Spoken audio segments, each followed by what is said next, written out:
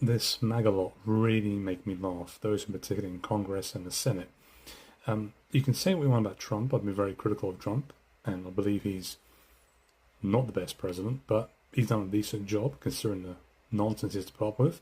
So you have to be his biggest fan to actually acknowledge that despite all the nonsense that's been going on behind the scenes, he's actually done not a bad job, and he's actually just carried on the exact same thing that's been happening in America for God knows how long now. Just printing money, see if you can make threats to other countries using sanctions, and if sanctions don't work, you go to war with them, right? That hasn't changed. So that's not John Trump.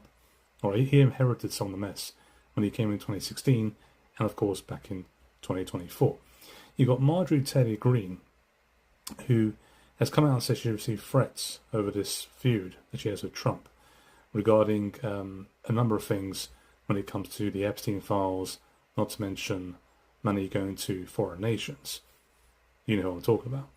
Now, I don't mind anyone criticizing Trump over that, but let's remind ourselves that people like Marjorie Taylor Greene, whatever her name is, MTG, a short name for her, people like her only actually a name because of Trump.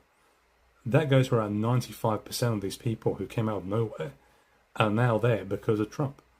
So Trump has always been Trump. Trump hasn't changed. He's always been like this. And this idea that somehow something's going to happen with the Epstein files, you're just deluding yourselves. All right? Look what happened to Virginia Giuffre. Right? Look what happened to her.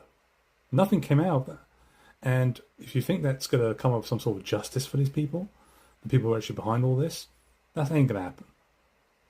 It's not going to happen. So all you can do is just laugh at these people and just think, why would I actually do this now? Why would she do this now? Why would anyone else? Whether it's her or anyone else, it doesn't matter who it is. Why would they do this now, or for the last year or so, building up to 2028? Because they need to find a new lane. The MAGA lane is going to run out of steam in 2028. Trump's gone. Trump ain't going to be around again after this.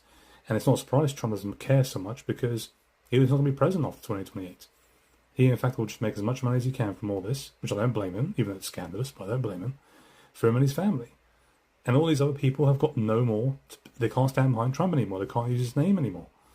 They'll be begging for him when it comes to endorsements, but when it comes to post-2028, they need to do it themselves. And most of these people are nobodies, absolute nobodies, without Trump.